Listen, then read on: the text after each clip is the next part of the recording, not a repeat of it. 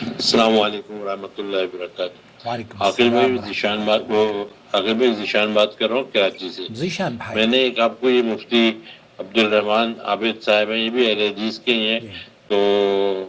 انہوں نے کہا ہے کہ اگر جمعے کی نماز میں دوسری رکعت میں آپ رکوع میں شامل ہوئے ہیں تو آپ باقی نماز جو ہے وہ 4 رکعت ظہر کی طرح پڑھیں گے۔ اوکے ہاں، لیکن اس میں آپ کے نیچے میں نے آپ کی ویڈیو بھیجی جو میں ابھی سن رہا تھا، جی اس میں آپ نے کہا کہ جس نے رکوع پالی اس نے نماز پالی۔ جب آپ وضاحت کر رہے تھے اس میں 3 منٹ 50 سیکنڈ پہ ہے، وہاں پہ آپ نے یہ بیان دیا ہے۔ تو اگر آپ نے کہا کہ صلاۃ پالی تو پھر مفتی عبدالرحمان عابد صاحب کی بات غلط ہو جاتی ہے کہ وہ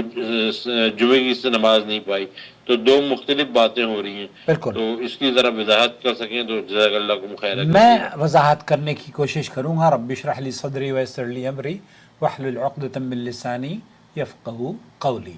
دوستو، بھائی اور بہنوں، یہ بہت اہم ترین مسئلہ ہے اور میں ذیشان بھائی آپ کا تہ دل سے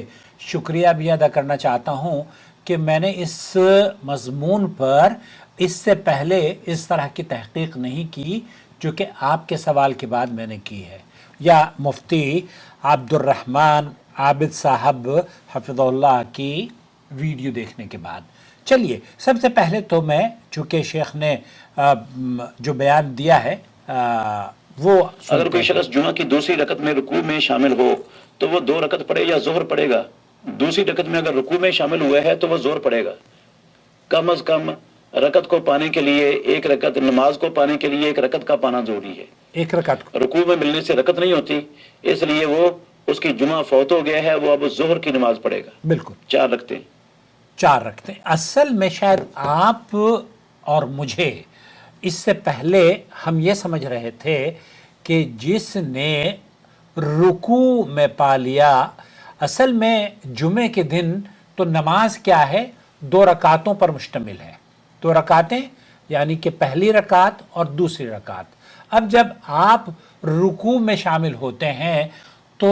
کچھ علماء کا، یا اگر یہ کہا جائے کہ سعودی عرب کے کبار علماء کا موقف یہ ہے کہ رکوع میں شامل ہونے والے کی رکعات کو شمار کر لیا جاتا ہے۔ حالانکہ یہ جو موقف ہے یہ محل نظر ہے۔ کیوں؟ کیونکہ میں شخصی طور پر اس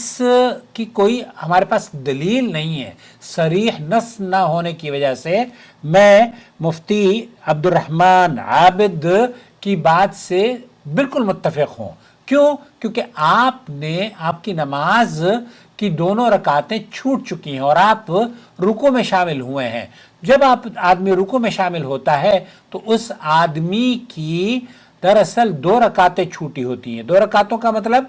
2 رکعتوں میں قیام چھوٹ گیا، سورہ فاتحہ آپ نے نہیں پڑھی، اور پھر اسی طریقے سے جب ہم رکوع میں ملتے ہیں تو تکبیر تحریمہ بھی نہیں کہتے بلکہ اللہ اکبر کہہ کے سیدھے رکوع میں چلے جاتے ہیں اور سبحان رب العظیم کہہ کر اس رکعت کو یہ سمجھتے ہیں، جو کہ جمہور کا موقف ہے۔ اکثر علماء یہی کہتے ہیں، سعودی عرب کے اکثر علماء کا یہی موقف ہے۔ لیکن آپ نے جو میری ویڈیو بھیجی ہے وہ میں آپ کی خدمت میں پیش کرنا چاہوں گا، اس امید پر کہ میں بھی اس کو صحیح طور پر سمجھ سکوں۔ اور یہ تو ایڈ چلنے شروع ہو جاتے ہیں۔ چلیے، بہرحال اب یہ ایڈ بھی ختم ہو گیا ہے اور میں جاتا ہوں، آپ نے بتایا ہے 350 پر۔ اوکے، اس بات کو نہیں بتاتی ہے کہ آپ نے اگر رکوع آپ شامل ہو گئے ہیں رکوع میں تو پھر آپ کی وہ رکعت شمار کی جائے گی۔ یہاں ایک بالکل بڑا عجیب، یہ ایک اور مرتبہ ہم سنیں گے، کی جائے گی۔ میں شخصی طور پر مجھے جو رائے اور صحیح منہج یا صحیح طریقہ معلوم دیتا ہے وہ جو کہ قاری خلیل الرحمن جاوید صاحب نے بیان کیا ہے، اور اس کی وجہ ہے چند وجوہات میں آپ کی خدمت میں پیش کروں گا اور پھر آپ سے اجازت لوں گا۔ دیکھیں، قرآن اور احادیث میں کوئی بھی صریح آیت یا صریح حدیث اس بات کو نہیں بتاتی ہے کہ آپ نے اگر رکوع آپ شامل ہو گئے ہیں رکوع میں تو پھر آپ کی وہ رکعت شمار کی جائے گی. ایک بالکل بڑا عجیب و غریب اور ایک میرا مکالمہ امام صاحب سے، وہ بھی میں آپ کی خدمت میں پیش کروں گا، لیکن ایک عجیب و غریب بات ہے جو کہ اکثر اہل علم بھی آپ کو اس استدلال سے قائل کرنے کی کوشش کریں گے، اور وہ کہیں گے کہ ایک حدیث ہے من ادرک الرکوع فقد ادرک الصلاۃ، یہ حدیث صحیح ہے، لیکن وہ من ادرک الرکوع، وہ کہہ رہے ہوتے ہیں کہ من ادرک الرکوع فقد ادرک الصلاۃ، یہ حدیث صحیح بخاری کی ہے. ادرک الرکوع فقد ادرک الرکعہ، یہ جو حدیث ہے یہ جو نا، رکعہ کا لفظ ہے ہاں، یہ کسی بھی صریح اور صحیح حدیث میں موجود نہیں ہے. اب جو یہاں قائلین ہیں اس بات کے کہ رکوع میں شامل ہونے سے رکعت مل جاتی ہے، ان کے یہاں بھی انہوں نے بھی محدثین سے صحیح سند کے ساتھ اس روایت ہے کہ اللہ کے رسول صلی اللہ علیہ وسلم نے یہ فرمایا ہو کہ من ادرک الرکوع فقد ادرک الرکعہ، جس نے رکوع پا لیا اس نے گویا کہ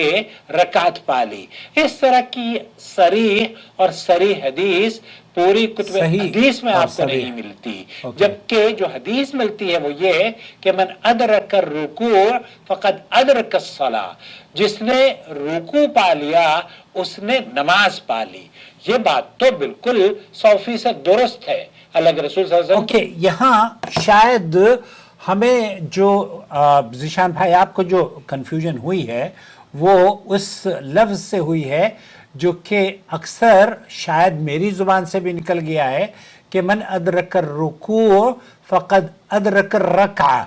حالانکہ اس طرح کی کوئی صحیح الفاظ یا صحیح روایت قرآن و احادیث کے ذخیرے میں نہیں ہے. بلکہ اس ضمن میں آپ کو بتاؤں، میں نے ایک مضمون پڑھا اور اس مضمون کے مصنف ہیں شیخ صالح بن محمد العمودی، یہ انٹرنیٹ پر موجود ہے. وہ یہ کہتے ہیں کہ سب سے ایک ذہن نشین اس جملے کو کر لیجئے، اس بات کو، کہ جب انہوں نے اس مضمون کو لکھنا شروع کیا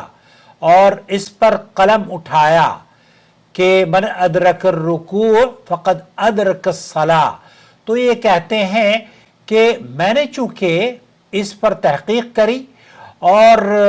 اس کو لکھنے میں نے خاصا تردد کیا ہے، لیکن جس چیز نے مجھے اس اہم مضمون کو لکھنے پر مجبور کر دیا وہ یہ ہے کہ میں بعض مشائخ کے فتاویٰ میں بار بار ایک حدیث کو سنتا اور پڑھتا ہوں اور وہ اسے مسلسل بیان کرتے ہیں، اپنے قول پر دلیل کے طور پر پیش بھی کرتے ہیں. وہ یہ کہ جب کسی سے سوال کیا جاتا ہے تو کہ اس نے امام کو رکوع کی حالت میں پایا تو کیا اس نے رکعت پا لی یا نہیں، تو فوراً جواب دیا جاتا ہے ہاں تم نے رکعت پا لی، اور پھر اس پر دلیل کے طور پر یہ حدیث پیش کی جاتی ہے من ادرک الرکوع فقد ادرک الرکعہ. لیکن انہوں نے، اللہ انہیں معاف فرمائے، اس بات پر توجہ نہیں دی کہ یہ حدیث جسے وہ نبی کریم صلی اللہ علیہ وسلم کی طرف منسوب کر رہے ہیں آپ نے سرے سے فرمائی ہی نہیں، اور معاملہ مزید سنگین اس وقت ہو جاتا ہے جب وہ اس کے ثابت اور صحیح ہونے کا بھی دعویٰ کرتے ہوئے نظر آتے ہیں. لہذا میں نے مناسب سمجھا کہ اپنے بھائیوں اور بہنوں کو اس غلطی سے آگاہ کروں، اور یہ بات معلوم ہونی چاہیے کہ اس کو بار بار غلطی ہونے والی کی وجہ سے اصل میں جو اس کی وجہ ہے، شیخ فرماتے ہیں کہ اس کو بار بار غلطی جو یہ ہو رہی ہے اس کی اصل وجہ اندھی تقلید ہے، جیسے کہ ہمارے یہاں اس موضوع میں ہوا ہے. یہاں میرا مقصد یہ بیان کرنا نہیں ہے کہ رکوع پانے والا رکعت پاتا ہے یا نہیں، بلکہ یہ بحث فی الحال مقصود نہیں ہے، اگرچہ انشاءاللہ دوسرے حصے میں مختصراً اس پر بھی کلام کروں گا. لیکن انہوں نے جو حدیث بیان کی ہے وہ یہ ہے، صحیح بخاری اور مسلم کی روایت، من ادرک الرکعہ من الصلاۃ فقد ادرک الصلاۃ، جس نے نماز کی ایک رکعت پالی اس نے پوری نماز پالی۔ اچھا، یہی موضوع شیخ محمد بن صالح عثیمین سے پوچھا جا رہا ہے، انہوں نے کیا کہا؟ اگر انسان تشہد الاخیر میں بیٹھا ہو امام اور جمعے کے دن وہ آتا ہے تو اس نے جمعے کو نہیں پایا، اس نے جمعے کو نہیں پایا، وہ امام کے ساتھ داخل ہو اور اسے ظہر پڑھنی چاہیے۔ حالانکہ کئی علماء کا موقف یہ ہے کہ اگر آپ رکوع میں پالیں امام کو جمعے کے دن تو آپ کو وہ رکعت مل جاتی ہے اور ایک رکعت آپ کی شمار، لیکن یہاں بات تشہد میں ہو رہی ہے کہ آپ اگر تشہد میں بیٹھتے ہیں امام کے ساتھ جمعے کے دن تو آپ کو کیا کرنا ہے؟ اللہ کے رسول صلی اللہ علیہ وسلم کی وہی صحیح حدیث پیش کر رہے ہیں شیخ محمد بن صالح عثیمین، من ادرک رکعۃ من الصلاۃ فقد ادرک الصلاۃ، جس نے نماز میں سے ایک رکعت پالی اس نے نماز پالی۔ تو مجھ سے بھی میں یہ سمجھتا ہوں کہ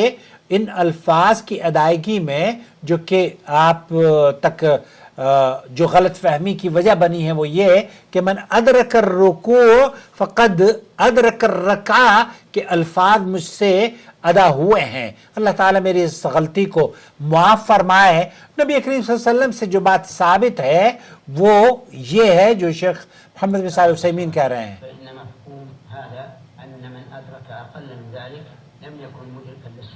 اگر کسی نے رکعت نہیں پائی ہے تو پھر وہ اس نے نماز نہیں پائی ہے، اگر اس نے رکعت ہی نہیں پائی تو گویا کہ اس کی جمعے کی نماز نہیں ہوئی بلکہ اسے ظہر پڑھنی چاہیے۔ من ادرک الرکعۃ من الجمعہ، شیخ محمد بن صالح عثیمین کہتے ہیں اللہ کے رسول صلی اللہ علیہ وسلم نے یہ فرمایا کہ اگر جمعے کی ایک رکعت پالو فَلْيُضِفْ عَلَيْهَا أُخْرَى، تو پھر آپ اس کے ساتھ ایک اور رکعت شامل کر لیں کیونکہ اس نے پھر جمعے کو پا لیا ہے۔ تو خلاصہ کلام یہ ہوا ذیشان بھائی، بہت ہی شکریہ کے ساتھ میری بھی اصلاح ہوئی ہے، آپ لوگ بھی براہ کرم اس کو یاد کر لیں، اصلاح فرما لیں کہ اللہ کے رسول صلی اللہ علیہ وسلم کی جو صحیح حدیث ہے اس میں اللہ کے رسول صلی اللہ علیہ وسلم نے من ادرک الرکعۃ من الصلاۃ اس کا جو لفظ ہے وہ من ادرک رکعۃ من الصلاۃ فقد ادرک الصلاۃ، یہ حدیث تو صحیح ہے، لیکن اس کے بالکل برعکس جو احادیث پیش کی جاتی ہیں من ادرک الرکوع فقد ادرک الصلاۃ یا من ادرک الرکوع فقد ادرک الرکعہ، اس طرح کی روایات نبی کریم صلی اللہ علیہ وسلم سے صحیح سند کے ساتھ کتب حدیث میں موجود نہیں ہے۔ اور جمعے کے دن خاص طور پر اگر آپ امام صاحب کے اس ایسی حالت میں پہنچے ہیں، مفتی عبد الرحمن عابد صاحب بھی یہی فرما رہے ہیں کہ اگر آپ رکوع کی حالت میں پہنچے ہیں تو آپ کو اس رکعت کو لوٹانی ہوگی، اس نماز کو۔ اب آپ چونکہ آپ نے جمعہ نہیں پڑھا ہے تو 4 رکعت آپ کو ادا کرنی ہوگی۔ میں شکر گزار ہوں فضیلت شیخ مفتی عبد الرحمن عابد کا بھی اور بھائی ذیشان صاحب آپ کا بھی، جو مجھے مزید اس ٹاپک پر تحقیق کرنے کا موقع ملا۔ اللہ رب العالمین ہماری ان کاوشوں کو شرف قبولیت بخشے اور ہمارے وجود سے اللہ تعالیٰ جو کوتاہیاں ہوتی ہیں وہ انہیں معاف فرمائے، درگزر فرمائے، اور جو قرآن و سنت کی دعوت اس چینل کے ذریعے آپ تک پہنچتی ہے اللہ رب العالمین آپ کو بھی اسے عام کرنے اور اس میں تعاون کرنے کی توفیق سے نوازے، آمین یا رب العالمین۔